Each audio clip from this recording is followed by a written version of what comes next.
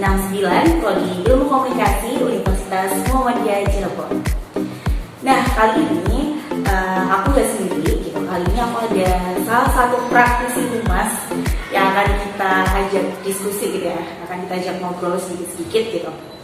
Nah, kali ini lagi kan, saya akan kita sedikit mengupas tentang salah satu mata kuliah yang saya pelajari, yaitu di mata kuliah Etika Profesi Humas gitu. Nah, langsung aja gitu kan, kita kedatangan salah satu orang humas dari instansi lembaga dakwah yang ada di Ciledug, tepatnya di Al-Irsyad Al-Islamiyah Ciledug. Nah, sebelum kita ngobrol ke beliau, aku sedikit cerita dulu tentang Al-Irsyad. Jadi Al-Irsyad adalah salah satu lembaga dakwah yang berada di Indonesia yang berdiri pada tahun berapa, Ustaz? Pada tahun 1914 yang didirikan oleh Syekh Ahmad Surkarti. Nah, lebih tepatnya masuk ke Ciledug itu sekitaran tahun 1998. Dan pada tahun sekarang 2022 ini sudah berkembang di Ciledug itu ada di bidang pendidikannya itu ada di rumah Tahfidz anak usia dini, TK dan juga SDIT. Nah, kali ini kita ngobrol-ngobrol langsung aja tentang PR-nya ya. Kita terjun pada humasnya gitu, humas dari Al-Irsyad sendiri. Sebelumnya boleh perkenalan dulu, Ustaz? Perkenalan mungkin enggak terlalu formal ya. Ya, mungkin nama lengkapnya kan Muhammad Abdul Bahaki, SIP. Alamat saya di Desa Bayangan, Kecamatan Gempang, Kabupaten Cirebon. Pendidikan saya sama saja. Bisa satu fakultas ternyata di UMC. Oh, tadi saya? Ya, saya jurusan ilmu pemerintahan. Dan pekerjaan saat ini kan jadi media informasi Al-Islamiyah seluruh. Ustaz, angkatan berapa, Ustaz? Saya angkatan 18. Ya, kira-kira sebentar dikit ya. Sebentar dikit dong. Oke, langsung aja mungkin ya, Ustaz ya. Kita bisa nggak, kalau nggak terlalu formal nggak apa-apa ya, Ustaz ya. Kita temenan. Nah, di sini Ustaz kan sekarang jadi praktisi humas gitu ya, di Al-Irsyad gitu. Menurut Ustaz sebenarnya pekerjaan humas sendiri itu apa sih, Ustaz? Ya, menurut saya kalau dalam kehumasan itu kan kalau bahasa kerennya kan public relation-nya, bahasa kerennya dalam sendiri kan kita kan jadi penyambung lidah, penyambung tangan suatu instansi atau lembaga terhadap pihak terkait dalam hal apapun, yaitu instansi pemerintahan, non pemerintahan, instansi sekolah dan swasta pun, kita yang menjadi penyambung lidah dan penyambung tangan. Jadi kayak penyalur gitu ya, Ustaz ya, jadi medianya gitu. Nah, sekarang di Ustaz itu kan sebagai humas. Di humas Al-Irsyad ini yang ditekunin Ustaz itu apa sih? Bagian apa yang paling Ustaz tekunin gitu? Ya, kalau saya secara tidak langsung kan paling kan kita tentu menjaga nama baik lembaga ya dalam hal kehumasan. Karena apapun yang dilakukan lembaga tentu harus saya ikuti, harus saya patuh ke manut seperti itu. Nah, dari saya sendiri kan kita kan harus mencoba untuk membuat stakeholder dari Al-Irsyad, khususnya orang tua, karena anak-anaknya yang bersangkutan semuanya disekolahkan di rumah Tahfidz, di SDIT maupun TK, dan kemudian saya secara pribadi pun mendesain, mengedit atau mempublikasikan ke semua sosial media, mulai dari Instagram, Facebook, WhatsApp, dan Twitter, terkait dengan perkembangan putra putri dari semua orang tua yang menyekolahkan anaknya di sini.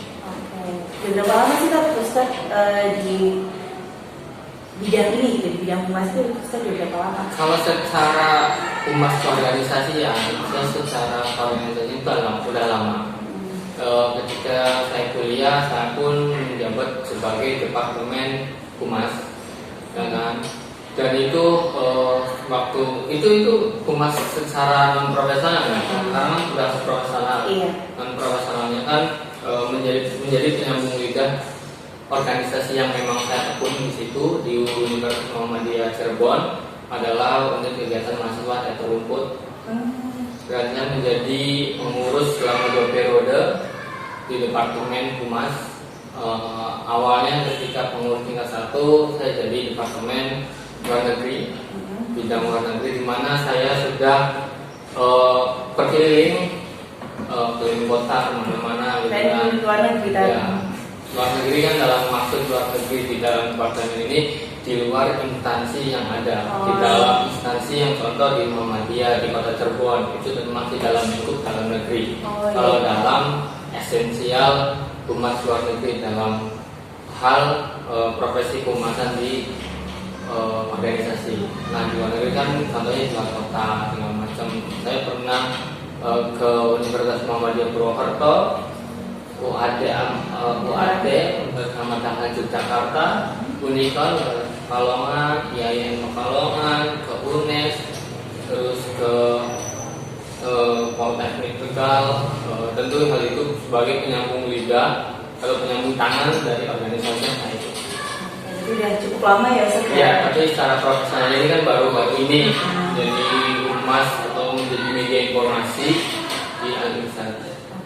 Nah, belakangan ini Ustaz, belakangan ini public relation atau humas itu kan salah satu profesi yang dicari gitu, apalagi sama fresh graduate, baik itu dari lulusan prodi komunikasi ataupun komunikasi, banyak orang ingin menduduki tempat itu gitu, tempat humas. Ada nggak sih Ustaz keterampilan atau pengetahuan khusus gitu buat kita nih calon-calon penerus gitu kan, buat masuk ke PR tuh ada nggak sih keterampilan khusus? Kalau keterampilan khusus pasti ada ya, dalam arti ini ketika kita menyukai pekerjaan atau passion work gitu kan. Nah, hal yang dibutuhkan itu adalah kita menyukai bidang lapangan. Kalau orang yang nggak menyukai bidang lapangan, ya nggak mungkin dia cocok menjadi humas. Karena bagi saya secara pribadi, orang yang menyukai pekerjaan di lapangan, orang yang sering survei, orang yang bertemu dengan stakeholder, orang yang bertemu dengan pihak terkait ataupun hal yang lainnya, ya pasti dia pasti mempunyai keterampilan public speaking yang baik, terus body language yang baik, hal yang menunjukkan positif vibes-nya untuk persona dan segala macam. Jadi kalau lebih ke dia gimana dia bisa terjun langsung gitu ya Kak ya. Kalau pengetahuannya mungkin apakah ada yang harus banget di? Kalau pengetahuannya tentu semua orang harus tahu ya. Ketika kita humas mau ke arah mana. Contoh, saya mau ke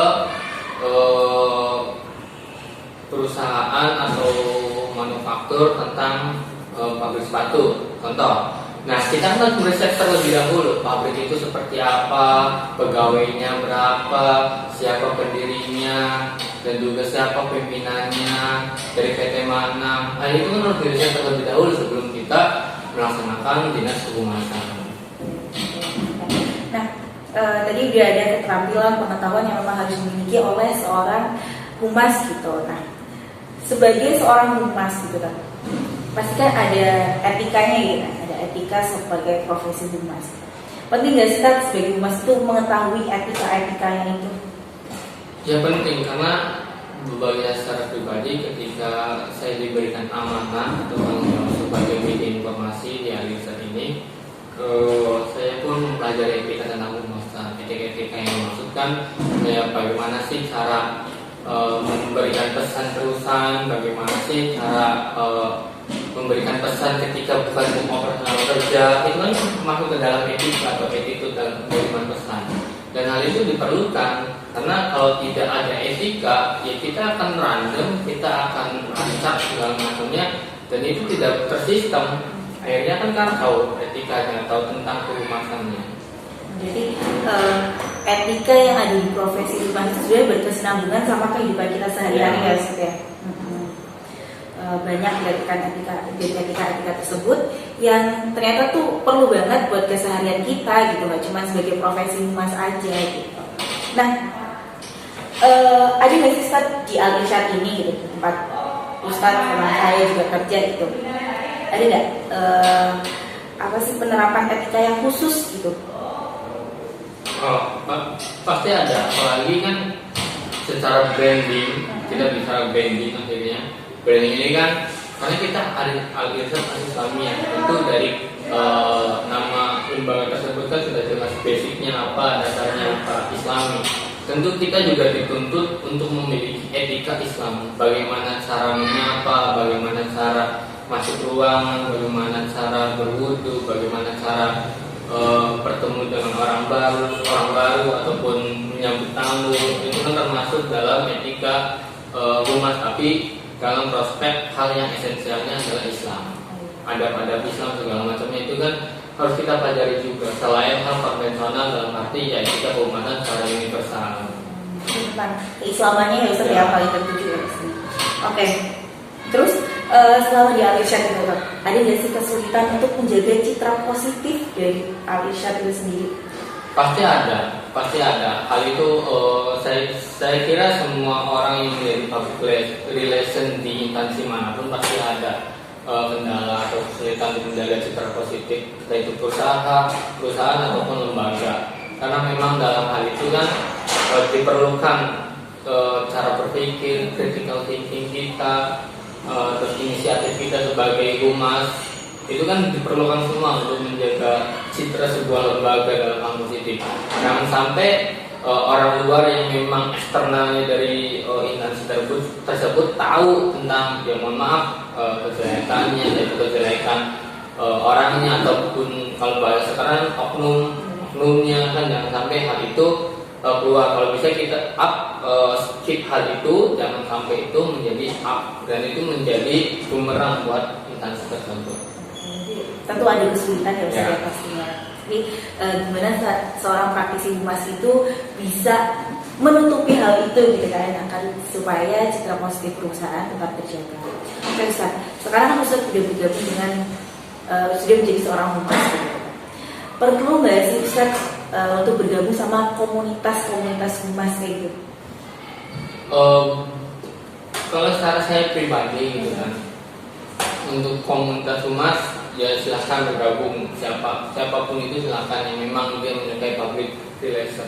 Tapi kalau buat saya pribadi, saya kan paling komunitas-komunitas yang saya ikuti kan kayak komunitas di pihak desa kayak Karang Taruna, terus juga komunitas literasi, komunitas Bomas dan segala macamnya yang memang berhubungan dengan ya kehidupan sehari-hari. Nah, untuk yang komunitas humas kayak gitu ya, tapi saya pun mempelajari hal kehumasan itu melalui internet, googling, karena kita kan 2022 ini kan nggak mungkin kita nggak mengandalkan internet sama sekali. Bahkan internet menjadi kebutuhan sekunder bagi manusia saat ini, ya kan? Jadi lebih ke otodidak ya Ustaz ya, cari inisiatif untuk mencari informasi sendiri gitu. Berarti Ustaz ini adalah orang yang memiliki kemauan belajar yang tinggi teman-teman, karena mau cari tahu informasi sendiri gitu. Jadi kan kalau tadi lebih banyak untuk mencari informasi sendiri ya. Kalau misal sekarang kan ada sertifikasi kehumasan kayak gitu, penting nggak sih untuk mengikuti hal itu? Ya kalau memang dia bekerja di sebuah manufaktur yang memang gede gitu, yang dalam hal jangan nasional atau BUMN ataupun instansi government maupun non government yang memang memiliki branding nama yang besar, ya kan pasti diperlukan sertifikasi seperti itu, karena kan itu kan branding itu kan harus kita jaga brandingnya, citra positifnya. Kita harus belajar lagi, kita harus dapat ilmu lagi, harus pelatihan lagi. Hal itu kan memang diperlukan dalam hal humas atau public relation. Jadi perlu ketika kita berada di suatu perusahaan yang besar ya, karena menjaga branding itu kan diperlukan untuk menjaga citra positif perusahaan. Jangan sampai ketika nama itu menjadi besar, pasti kan semua media, apalagi wartawan atau jurnalis itu kan pasti kan mencari titik lemah dari perusahaan itu kan, entah itu tentang pekerjaannya, tentang kontraknya, tentang prosedurnya ataupun rule segala macamnya, itu kan pasti dicari kesalahannya. Makanya kita sebagai umat kan harus membackup hal-hal itu, harus menutupi lubang. Nah, tadi kan udah tentang sertifikasi, tentang komunitas begitu.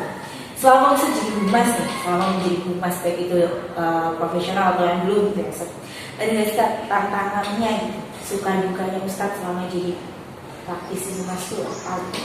Ya, kalau tantangannya pasti kan kita kan contoh ketika di organisasi yang non profesional kan pasti kita tidak mungkin hanya mengandalkan ruang kampus sebagai organisasi kampus. Saya meyakini itu semua. Ya, yang kedua kan pasti kita kan butuh stakeholder yang lain kan, misalnya perusahaan apapun atau institusi apapun. Nah, biasanya kan saya selalu ketika ada event yang memang event tahunan dalam agenda organisasi saya, pasti kan saya butuh dana atau anggaran yang lebih dari dana kampus, pasti saya ke instansi lain. Nah, hal yang enaknya kan kita kan harus menunggu gitu kan. Contoh kayak proposal kegiatan segala macam itu kan harus ditunggu, nggak sehari 2 hari, nggak seminggu 2 minggu, tapi kan berbulan-bulan, minimal kan 2 bulan. Itu minimal 2 bulan kan. Kita harus menunggu, kita harus follow up lagi. Kadang kan yang ditunggunya itu kadang yang buat kecewanya kan ya kita udah menunggu lama tapi nggak goal. Kan itu hal yang menurut saya ya itu hal yang tidak mengenakan buat saya, di mana saya bekerja keras dalam kasarnya transportasi sana sini tapi tidak menghasilkan apapun untuk organisasi saya. Makanya hal itu yang tidak mengenakan. Dan ketika di profesional ini kan saya kan baru menekuni secara profesional ya, paling paling komplainan atau enggak kritik dan saran terkait kelembagaan pasti maksudnya ke saya. Nah, paling hal gitu, lalu dia baru saya teruskan ke atasan saya. Udah mulai banyak gitu ya tantangannya, pasti banyak gitu kan. Suatu pekerjaan mana ada sih yang gak ada tantangannya gitu kan pastinya. Oh Ustaz, tahun ini gitu, bukan tahun ini sih, belakangan ini saya ikut PR itu kan, dunia digital itu kan semakin berkembang gitu. Pastinya udah mulai menggunakan saya ikut PR gitu kan. Nah, apakah di Al-Irsyad sendiri itu udah mulai berkembang hal-hal itu Ustaz? Ya, buat saya di Al-Irsyad secara keseluruhan ya, satu kita harus menyamakan persepsi bahwa media informasi atau media sosial itu nggak bisa kita bendung sama sekali. Bahkan 1 menit, bahkan 2 menit nggak pegang handphone pun kita serasa ketinggalan berita. Ya kan. Nah, makanya kan hal itu kan harus menjadi sebuah banyak evaluasi setiap hari di dalam media kehumasan. Nah, di Al-Irsyad sendiri kan kita kan harus menyesuaikan dalam arti ya kita harus beradaptasi dengan era yang ada, dengan era kecepatan digital yang begitu luar biasa, kecepatan informasi yang sangat-sangat luar biasa, dan hal itu kan yang dibutuhkan oleh humas untuk menjadi updating, bukan sebagai downgrade tapi upgrade gitu kan. Nah, tapi kita sebagai yang megang media di lembaga, kita tidak mengetahui apapun tentang dunia luar. Kita harus updating, kita harus mengupgrade pengetahuan kita, mengupgrade berita kan nasional, regional, bahkan internasional pun kalau kita ketahui minimal seperti itu. Jadi udah mulai kita sebagai PR juga pasti udah harus jauh lebih paham gitu ya. Harus lebih paham daripada yang lain. Iya. Jadi harus di-update gitu kan, paling update. Dan Al-Irsyad sendiri udah berkembang gitu Ustaz. Media sosial apa gitu Ustaz yang udah digeluti di Al-Irsyad yang dipakai gitu? Semuanya dipakai mulai dari Twitter, Instagram, WhatsApp, dan Facebook. Cuman kan kalau yang Twitter itu kan belum kalau yang saya lihat belum ter-up gitu, ter-up dalam artian ya masih sedikit lah. Yang lebih banyak kan, yang menjangkau lebih banyak itu satu itu Facebook, Instagram, dan WhatsApp.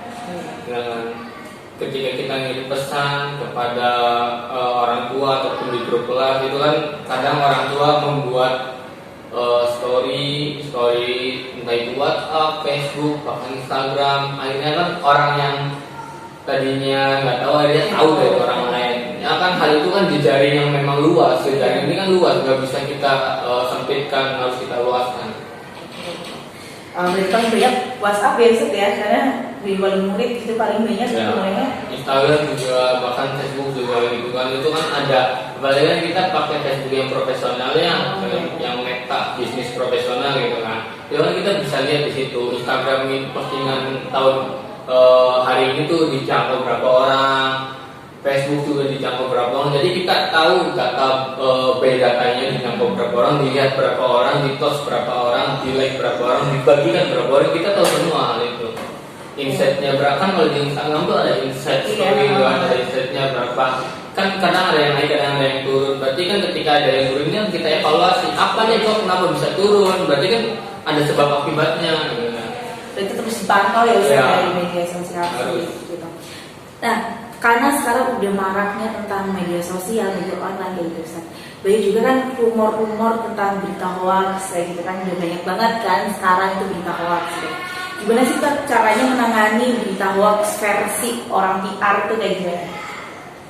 Kalau saya itu secara pribadi tentu saya kan harus kadang di Instagram saya secara pribadi saya tuh follow koran digital, Tempo, Sidonews, iNews, Viva, Viz, terus Liputan itu kan berita-berita yang memang hal itu kan datang dari stakeholder pertelevisiannya. Itu kan turunan atau anak perusahaan dari bagian tersebut. Nah makanya di situ kan kita kan melihat dipilah-pilih mana sih berita yang benar segala macam. Contoh ketika ada berita yang simpang siur tentang kecelakaan atau apapun yang memang contoh kayak ACT baru-baru inilah aksi cepat tanggap baru-baru ini itu kan masih simpang siur benar atau enggak kan, itu kan berawal dari investigasi majalah Tempo ya, tapi kan akhirnya kan akhirnya berita itu kan disebarluaskan oleh beberapa media yang sama juga yang memang dalam hal ini adalah media-media berita gitu kan. Dan sekarang kan akhirnya ditetapkan sebagai tersangka beberapa orangnya. Berarti kan itu update tuh macamnya. Dan itu kan harus memilah-milih dan itu bukan hoax kan. Dimana dia dipatahkan akhirnya kan dibalikan lagi. Makanya kan hal itu jangan sampai kita terbawa hoax segala macam. Jangan cepat jadi pribadi atau menjadi manusia atau menjadi orang yang meneruskan pesan yang memang tidak tahu asal usulnya. Itu kan nggak boleh. Harus kita lihat dulu, dicek dulu dari berita mana nih, dari website mana nih, dari kota mana nih. Kalau kita tahu gitu kan. Tapi kalau orang yang nggak tahu kan kita kan untuk cek dulu. Bahkan pemerintah kan buat sebuah website tentang berita hoax dan nggak hoax atau apa namanya, tapi saya tahu pemerintah membuat website tersebut, nanti tinggal diklik aja linknya di situ itu hoax atau benar. Itu udah langsung terindikasi. Ya, terindikasi. Ya, jadi saya baru tahu ya. Iya. Jadi ada pesan gitu kan, jangan sampai kita jadi orang yang gampang untuk meneruskan suatu pesan gitu kan, karena emang belakangan ini karena teknologinya semakin canggih Ustaz ya. Jadi kayak semua orang itu jadi gini, zaman sekarang orang yang buat berita tuh gak hanya jurnalis ya, kayak semua orang itu bisa personal individu pun bisa.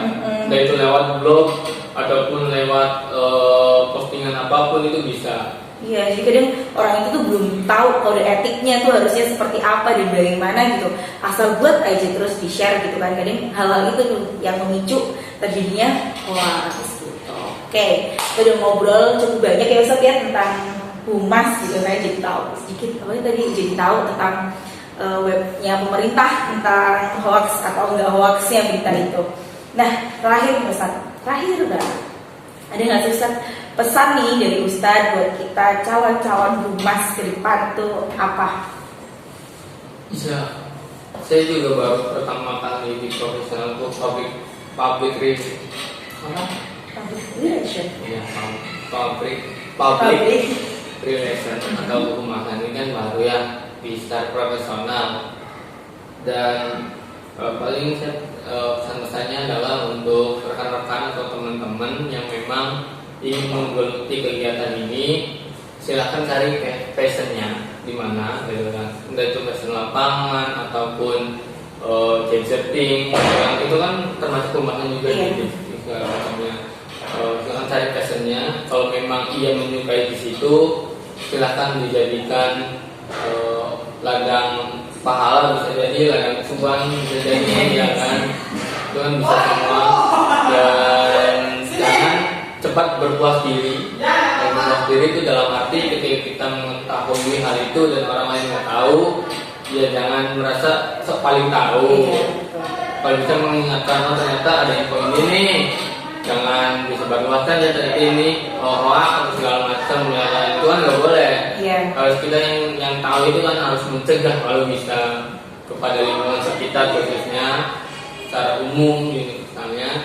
Dan mungkin ya harus updating juga kan di semua sosial media, apalagi sekarang sosial media begitu cepat informasinya, bahkan per detik sekian berita yang saya baca di artikel tentang internet itu kan, itu luar biasa sekali. Makanya harus diupdate entah itu pengetahuannya, keingintahuannya, berita yang ada secara regional, nasional, bahkan internasional, itu kan harus diupdate supaya kita tahu kebijakan apa yang harus kita buat, supaya kita tahu langkah apa yang harus kita lakukan. Seperti itu. Ya, jadi itu pesan dari teman saya, dan beliau adalah praktisi humas di Al-Irsyad. Jadi tadi beliau sempat mengatakan bahwasanya kita harus tahu passion kita di mana ya, karena kehumasan sendiri itu kan ada bidang-bidangnya lagi ya Ustaz ya, ada yang di lapangan atau di gadgeting gitu. Jadi yang penting kita tuh tahu dan kita menjalankan itu sesuai dengan isi hati kita, ya nggak Ustaz? Nah, intinya kita calon-calon humas ke depan gitu, kita harus selalu update, kita harus ikutin perkembangan yang ada di dunia ini gitu ya, jangan menutup diri, jangan mengurung diri, ini ya mah gitu, ya nggak? Boleh lah gitu. Gitu ya. Oke Ustaz, mungkin itu aja pertanyaan-pertanyaan tadi dari kita gitu ya, aku dan tim. Aku pribadi mengucapkan terima kasih kepada Ustadz Akil atas waktunya yang sudah diluangkan untuk membantu saya menyelesaikan tugas ini. Semoga Ustadz selalu diberi kemudahan, kesehatan, kelancaran dalam melakukan kegiatan Ustadz, dan semoga bisa menjadi seorang humas yang profesional selalu. Dan bisa membawa Al-Irsyad menjadi lebih baik lagi dan membawa Al-Irsyad ke dunia internasional, khususnya Al-Irsyad Ciledug. Oke teman-teman, mungkin itu aja yang bisa kami sampaikan. Barangkali ada kesalahan dari saya pribadi, mohon maaf. Terima kasih, sampai ketemu di lain kesempatan. Wassalamualaikum warahmatullahi wabarakatuh. Terima kasih.